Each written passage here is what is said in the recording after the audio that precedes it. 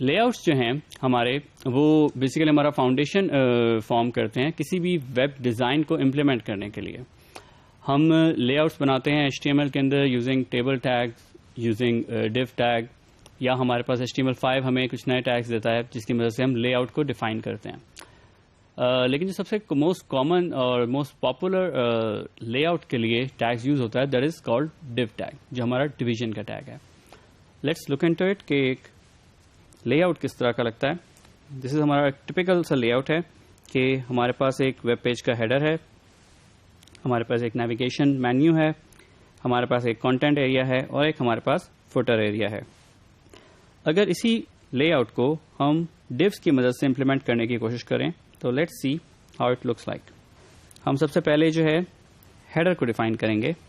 हमने यहाँ पे एक div डिक्लेयर किया है जिसको हमने एक आईडी दे दी है हेडर की, और उसके अंदर हमने जो भी हम टेक्स्ट या कंटेंट जो है वो हेडर में डिस्प्ले करना चाहें वो हम इसके अंदर लिखेंगे, और फिर हमने उसको पर CSS अप्लाई करके उसको फॉर्मेट किया है कि हमने उसका एक बैकग्राउंड कलर सेट किया, हमने उसका कलर रखा, हमने उसकी टेक्स्ट को की कुछ प्रॉपर्टीज सेट की, हमने उसको कुछ पैडिंग दी, और वी सिंपली हमने अपने हेडर को जो लेआउट किया वो इस पर्टिकुलर एक div के टैग के अंदर किया। इसी तरीके से हमारे पास फिर नेविगेशन के जो हमारे पास डिवीजन है उसको हमने टैग div के टैग के अंदर, जिसको हमने एक आईडी दे दी है nav की, उसके अंदर हमने जितने भी हमने हमारे पास लिंक्स हमने रखने थे उसको हमने जिस तरह से भी हमने फॉर्मेट करना चाहा वो हमने इस पर्टिकुलर div टैग के अंदर रखा है। फिर हम इसको स्टाइल किस तरह देना चाहते हैं वो हमने इसकी जो CSS की मदद से उसके ऊपर अप्लाई किया। जब हम CSS को फर्दर स्टडी करेंगे तो हमें ये जो है इंडिविजुअल एलिमेंट्स इसकी ज़्यादा बेहतर अंडरस्टैंडिंग डेवलप होगी। For now we understand this कि हमने यहाँ पे जो कंटेंट है उसकी लाइन हाइट दी, इसी तरह से हमने उसका background height and width of this complete div हमने यहाँ पे डिफाइन की। इसी तरह से उसने किस पोजीशन पे रहना है, हमने इस मेन्यू को हमें लेफ्ट पे चाहिए था तो हमने उसको फ्लोट कर दिया टुवर्ड्स लेफ्ट, और हमने उसके टेक्स्ट के को थोड़ी सी पैडिंग भी साथ ही दे दी। इसी तरीके से फिर हमारे पास कंटेंट का पोर्शन है, हमने कंटेंट के पोर्शन को भी एक पर्टिकुलर div के टैग के अंदर डिफाइन किया। हमारे पास उसको हमने आईडी कंटेंट की दे दी। इट कैन बी एनीथिंग, आप आईडी को बस सिर्फ यूज करेंगे कि जो भी हमारे पास आईडी का नाम है हम उसको CSS अप्लाई करने के लिए एक्चुअली हमने यूज किया यहाँ पे।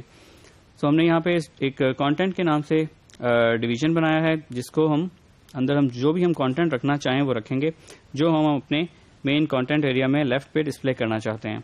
और इसमें हमने CSS की मदद से उसको विड्थ और हाइट विड्थ दी है, और यहाँ पे उसको हमने फ्लोट कर दिया टुवर्ड्स लेफ्ट, और इसी तरह हमने कंटेंट को एक पर्टिकुलर पैडिंग दी है। फिर हमने यहाँ पे div के अंदर एक डिफाइन किया है फुटर को। हमने एक और डिवीजन दी, हमने उसको आईडी दिया फुटर का, और हमने जो है उस पर्टिकुलर फुटर के CSS की मदद से उसके ऊपर स्टाइल अप्लाई किया, और हमने उस फुटर के टैग के अंदर जो भी हम कंटेंट रखना चाहते थे वो हमने कंटेंट उसमें लिख दिया। This is how it will look like कि हमारे पास जो है एक हेडर की डिवीजन है, हमारे पास एक नेविगेशन की डिवीजन है, हमारे पास एक कंटेंट की डिवीजन है, और फिर इसी तरह हमारे पास एक फुटर की डिवीजन है। हमने इन तमाम सिर्फ divs के टैग के अंदर इन पर्टिकुलर कंटेंट को जो है डिफाइन किया, हमने उसको CSS की मदद से फॉर्मेट किया, और एंड वी सिंपली ले आउट अवर डिज़ाइन। हमें HTML5 थोड़ी सी डिफरेंट चीज़ें देता है इसी तरह के लेआउट को इम्प्लीमेंट करने के लिए। हमें HTML5 जो है स्पेसिफिक टैग्स देता है जिसकी मदद से हम अपने लेआउट को डिफाइन कर सकते हैं। हमारे पास हेडर का एक टैग मौजूद है जो कि इस हेडर सेक्शन के लिए है। इसी तरह नेविगेशन जो कि टॉप नेविगेशन के लिए यूज़ होता है। सेक्शन है हमारे पास जो कि एक सेक्शन को डिफाइन करता है, कंटेंट सेक्शन को। इसी तरह आर्टिकल जो कि डिफाइन करता है सेक्शन के बाद मल्टीपल हम आर्टिकल्स जो हैं सेक्शन आर्टिकल्स के सेक्शन ऐड कर सकते हैं। असाइड जो है वो राइट या लेफ्ट हमारा कॉलम जो है मेन्यू को डिफाइन करते हैं।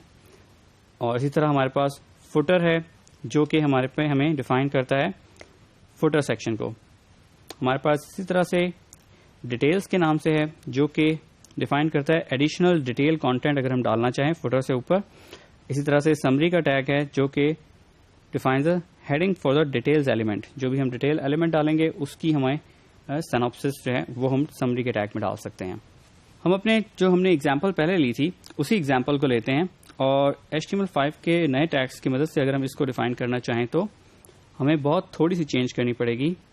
लाइक यहाँ हमने अपने हेडर को जो है वो डिफाइन किया है यूजिंग द हेडर टैग, और सिमिलरली हमने जो है उस हेडर टैग के ऊपर जो है एलिमेंट पे CSS अप्लाई की है।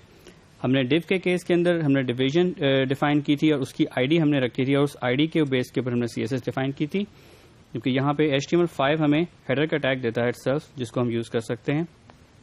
इसी तरीके से हमने नेविगेशन के लिए nav का टैग को यूज़ किया है यहाँ पे, और उसके अंदर अपना जितना भी कंटेंट है नेविगेशन का वो डिस्प्ले किया, और उसके ऊपर हमने nav के एलिमेंट पे फिर हमने जो है वो CSS अप्लाई किया। इसी तरह से जो हमारा कंटेंट था उसके लिए हमने सेक्शन का टैग यूज़ किया और सेक्शन के टैग के ऊपर हमने CSS अप्लाई की। और सिमिलरली फुटर के लिए हमें डिव की बजाय हमने स्टैंडर्ड जो HTML5 में हम फुटर का टैग यूज़ करेंगे और फुटर के ही एलिमेंट के ऊपर CSS अप्लाई करेंगे। सो हमारे पास जो रिजल्ट आएगा वो स्टिल सेम आ सकता है कि हमने यहाँ पे हेडर के टैग के अंदर अपना हेडर डिफाइन किया, इसी तरह से हमने nav के अंदर अपना नेविगेशनल मेन्यू, हमने सेक्शन के टैग के अंदर अपना सेक्शन डिफाइन किया, और इसी तरह फुटर के टैग में हमने अपना फुटर डिफाइन किया। So although it's very similar to div, लेकिन हमें HTML5 सिर्फ ये टैग्स जो है वो सेपरेट इसलिए देता है ताकि बहुत सारे जो हमारे रेंडर्स हैं वो इसको अगर चाहें तो डिफरेंटली हम डिस्प्ले कर सकें based on different display screens. इसी तरह से हम लेआउट्स को डिफाइन कर सकते हैं using tables. Although table is not the best things, लेकिन हम क्योंकि हर टेबल के ऊपर भी CSS उसी तरह अप्लाई कर सकते हैं और टेबल्स के हर सेपरेट एलिमेंट्स को सेपरेट CSS भी दे सकते हैं, तो हम टेबल्स को यूज़ भी करते हैं लेआउट डिफाइन करने के लिए। इवन बिफोर डिव, जब हमें डिव का टैग जो है इंट्रोड्यूस नहीं किया गया था इनिशियल वर्जन ऑफ HTML में, टेबल ही को लेआउट को डिक्लेयर करने के लिए और लेआउट डिज़ाइन करने के लिए यूज़ किया जाता था। हम सेम एग्जाम्पल है उसको लेते हैं कि हमारे पास ये लेआउट है। अगर हम इस लेआउट को देखें तो यही लेआउट हमारे पास एक पर्टिकुलर टेबल की फॉर्म में है, जिसमें हमारे पास पहली रो है वो स्पैन कर रही है नेक्स्ट रो के 2 कॉलम्स के ऊपर, और फिर हमारे पास जो लास्ट रो है वो स्पैन कर रही है इसी तरह से 2 कॉलम्स के ऊपर। हम इन 2 पर्टिकुलर रो स्पैन जो है वो 2 करके यही सेम जो लेआउट है इसको अचीव कर सकते हैं, और हम बिल्कुल सेम अपना कंटेंट जो है वो उस पर्टिकुलर सेल्स के अंदर डिफाइन कर सकते हैं और उस सेल्स को स्पेसिफिक CSS जो है वो अप्लाई करके स्पेसिफिक स्टाइल दे सकते हैं और सेम जो है लेआउट वो अचीव कर सकते हैं।